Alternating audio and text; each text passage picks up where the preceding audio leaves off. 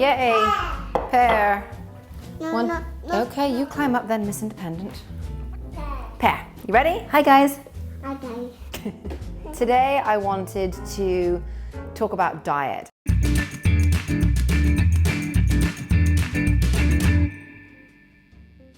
Diet can make a massive difference to someone with autism, and we have seen amazing transformation in Dylan, and it's not some magical cure, it's not a magical pill, it's kind of common sense, but it's a bit harder because a lot of children on the spectrum don't like to eat the foods that we all know we're meant to eat. We all know we're meant to eat fruit, we all know we're meant to eat veg, but how do you get a child who has sensory difficulties to eat their 5 a day? When Dylan was a baby, he always had gut problems. When he was a baby, he always had gut problems, but I didn't know because he was my first baby and I didn't know what was a normal poo or what wasn't. Why don't we call it coming home to Naya? What I'm trying to say is that Dylan never had a solid poo. He had diarrhea the whole time. I'm just going to cut to the chase. I'm going to talk about poo because everyone goes, let's not talk about it, but we have to. So Dylan always had gut issues. He had colic. He never slept through the night. He was on formula milk. I didn't breastfeed him because I didn't really know anything about it. I was only 25 at the time.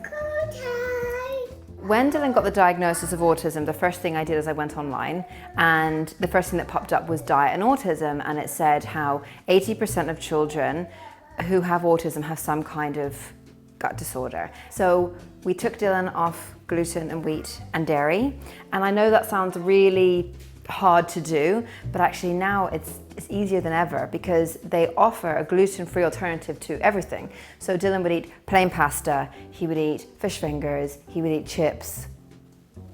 That was about it.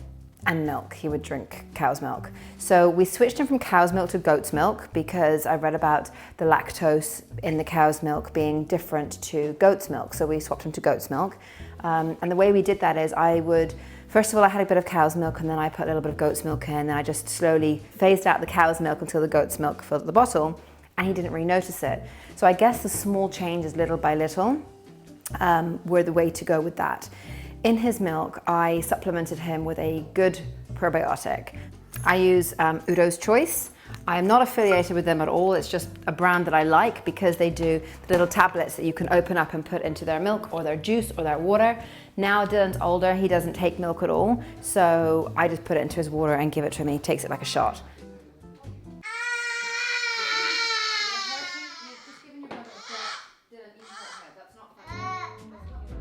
I tried to give Dylan his probiotic in the water, and he freaked out at the camera, so he decided to headbutt poor Luca.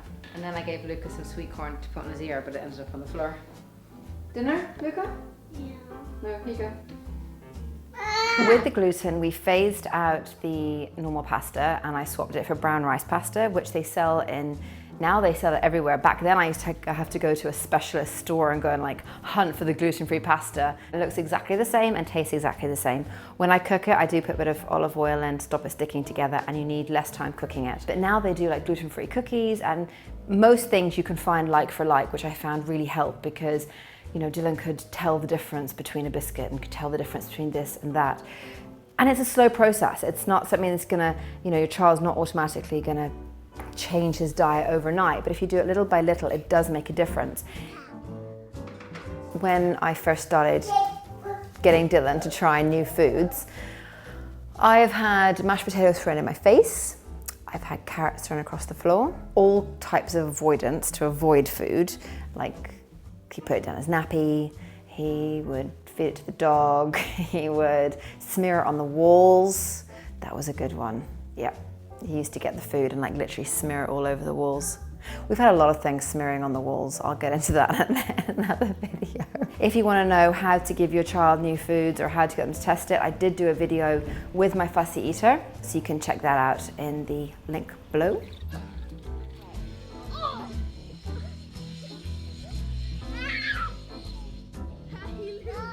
It does kind of annoy me how doctors say that, diet can't help autism, because like I've reiterated before, of course, if you eat a crappy diet, you're going to feel pretty crap, excuse my language, but it's true. But if you eat a good diet, you're going to feel better about yourself. And there's so much research now to suggest that your gut biome has the same amount of neurotransmitters as a cat's brain.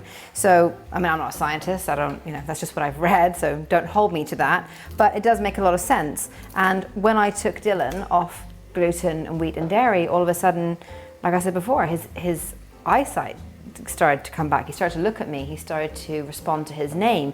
He wasn't so fidgety in himself, and he wasn't so uncomfortable. And it turns out now that he actually is allergic to wheat and gluten. So you just don't know at that age, do you? It's all kind of guesswork. But it's not as scary as it seems. And now today, Dylan, whereas he ate 4 foods before, he'll now eat 10 foods. And yes, it's very repetitive. So every week we have the same menu.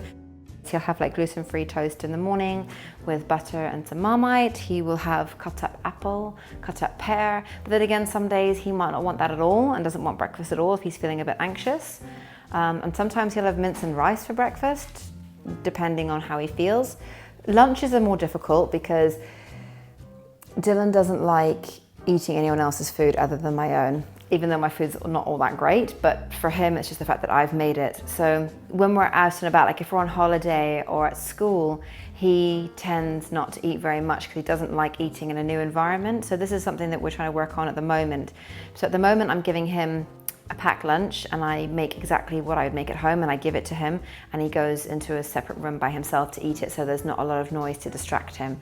But usually at school he'll eat very little, but then he'll make up for it when he comes home with about 4 bowls of pasta and mince. But it's good food, so I don't mind. For snacks, he'll have like gluten-free crisps or gluten-free crisps. Very limited. And then we have a rotation of about 3 dinners he'll eat. Gluten-free pasta, gluten-free pizza, gluten-free chicken nuggets, mince and rice, mince and pasta, and mama's lasagna. That's about it. But I try not to give myself a hard time about it. He's never going to be a great gourmet chef, but like I said, as long as he's getting enough of the right nutrients, and the fact that I do give him a multivitamin and a probiotic, it does put my mind at rest a little bit. There's a great book by Dr.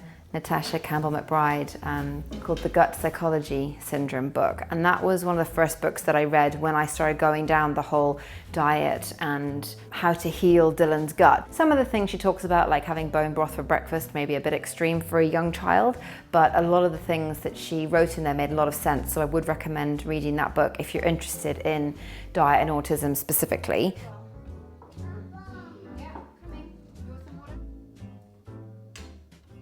So I hope this has answered some of your questions, because I know a lot of you have been asking me a lot of questions about autism and diet, and can it make a difference and can it help? Yes, it can help. Does it cure autism? No, but it is a great step in the right direction, and it does make you feel like you're getting a bit of control back. And you might not see any difference in your child, but you might see a difference like we had in Dylan. So I think it's definitely worth a shot, and I think that good nutrition is good for everybody. Don't give yourself a hard time if they're not trying the new food straight away. Keep on trying, keep it trying it different ways, keep it fun, and you're doing a friggin' awesome job. So we'll see you next Sunday. Okay. Thank you for that. More, please. Please. Please? Yeah, pear, please. Be pear. Okay, please, pear. Okay.